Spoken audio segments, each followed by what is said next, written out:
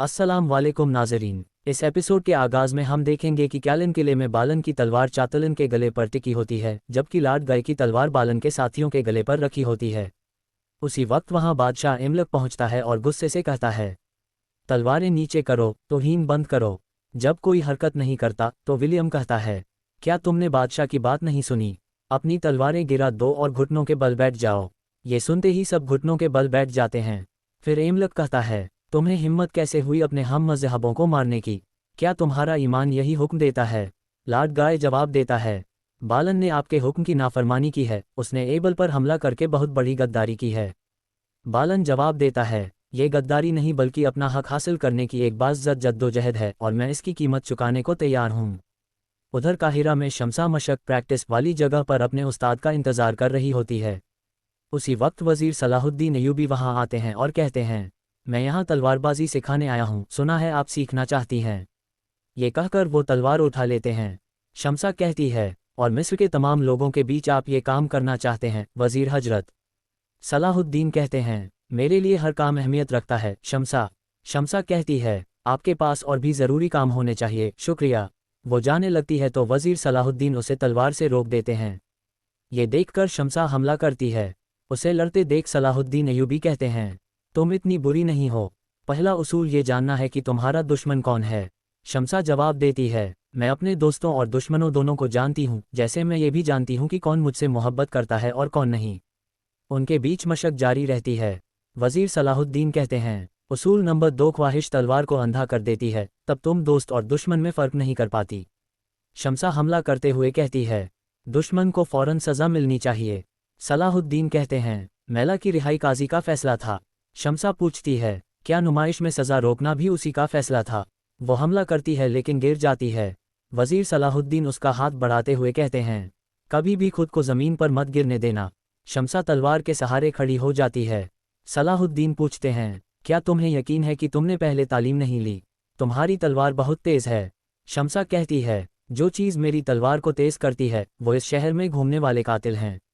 दूसरी तरफ एल्म किले में इमलक बालन से कहता है, मैंने तुम्हें आखिरी मौका दिया था, तुम्हारी जान बख्शी थी, लेकिन तुमने खुद मौत का इंतखाब किया।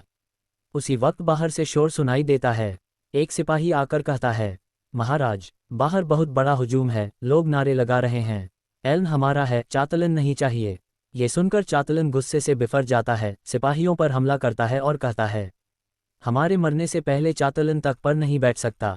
उधर काहिरा में लड़ते हुए सलाहुद्दीन शमसा से कहते हैं, जाना को जल्द सज़ा दी जाएगी। शमसा पूछती है, और मैला, आप यहाँ क्यों आए हैं? पुराने ज़ख्मों पर नमक छिड़कने।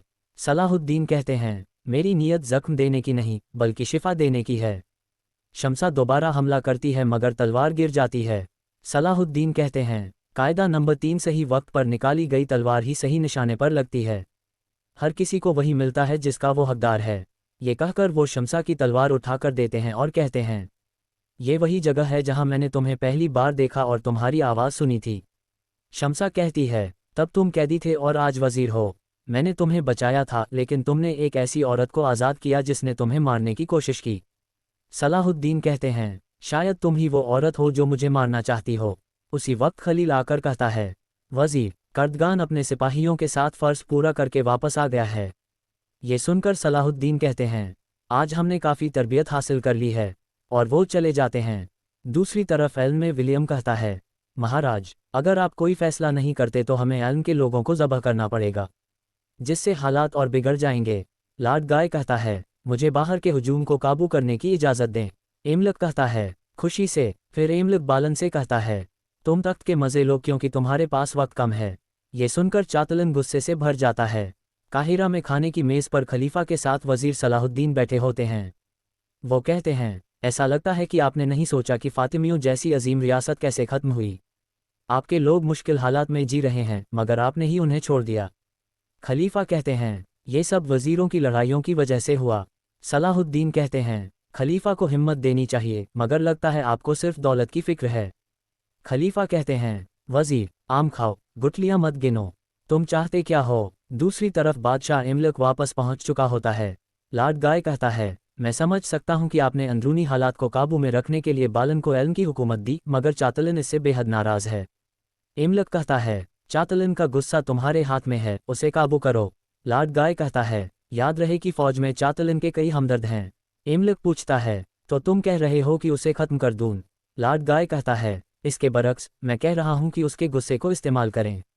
उधर वजीर सलाहुद्दीन खलीफा से कहते हैं, मैं आपसे वो दौलत चाहता हूं जो आवाम के काम आए। खलीफा गुस्से से कहते हैं, यह मुझे अपने खानदान से विरासत में मिली है, किसी ने आज तक इसे छुआ नहीं। सलाहुद्दीन कहते हैं, यानी किसी ने आपको ये याद दिलाने की हिम्मत नहीं की कि आपको अपनी कौम के लिए कुर्बानी देनी चाहिए। खलीफा कहते हैं, मैंने अब्बासी खलीफा के एक अमीर को वजीर बनाकर बड़ी कुर्बानी दी है।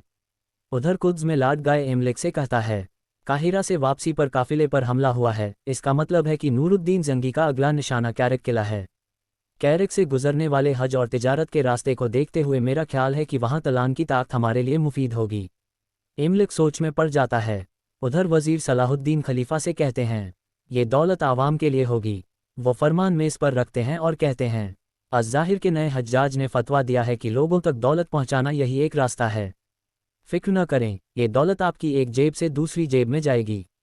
खलीफा कहते हैं, अगर मैं इनकार कर दूं तो?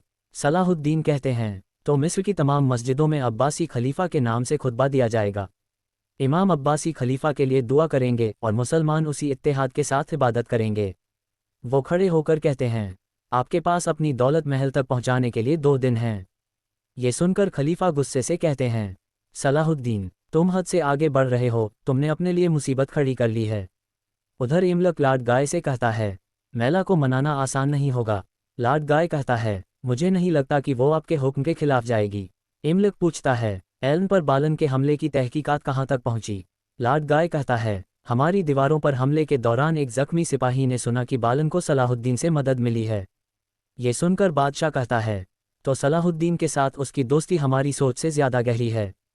लाड गाय कहता है, क्या आप समझते हैं सुल्तान नूरुद्दीन इस बात से वाकिफ़ है? इमलक कहता है, वो ज़रूर जानता होगा। सलाहुद्दीन अपने सुल्तान की इजाज़त के बगैर सांस भी नहीं लेता।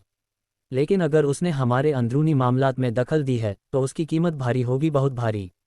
लाड गाय कहता है, हमारे पास जवाब देने का एक अच्छा मौका है महाराज। इमलक पूछता है, कैसे? लाड गाय कहता है, सुल्तान नूरुद्दीन का बेटा, जिसे हिफाजत के लिए हलब भेजा गया था, अब उसे कहीं और ले जाया जा रहा है। इमलक कहता है, अब वक्त है सुल्तान नूरुद्दीन को ऐसा सबक सिखाने का जो वो कभी न भूले। उधर काहिरा में काजी फाजिल वजीर सलाहुद्दीन से कहते हैं, एल्म के बारे में आपने बहुत दूरंदेशी का मुजाहिरा किया है वजीर हजरत। सलाहुद्दीन कहते हैं, अभी कुछ मसले बाकी हैं काजी फाजिल, मगर हम जल्द उनसे निपट लेंगे। काजी फाजिल कहते हैं, उन्हें मालूम है कि आपने दुश्मन के अंदरूनी मामलों में दखल दी है ना? सलाहुद्दीन कहते हैं, जब हमारा सुल्तान मुझ पर मैला के मामले में इल्ज़ाम लगा रहा है तो मैं उसे अभी वजाहत नहीं दे सकता। एक बार बालन तख्त पर बैठ जाए और हम अपने मकसद में कामयाब हो जाएं, तब मैं तफसील से वजाहत दूंगा।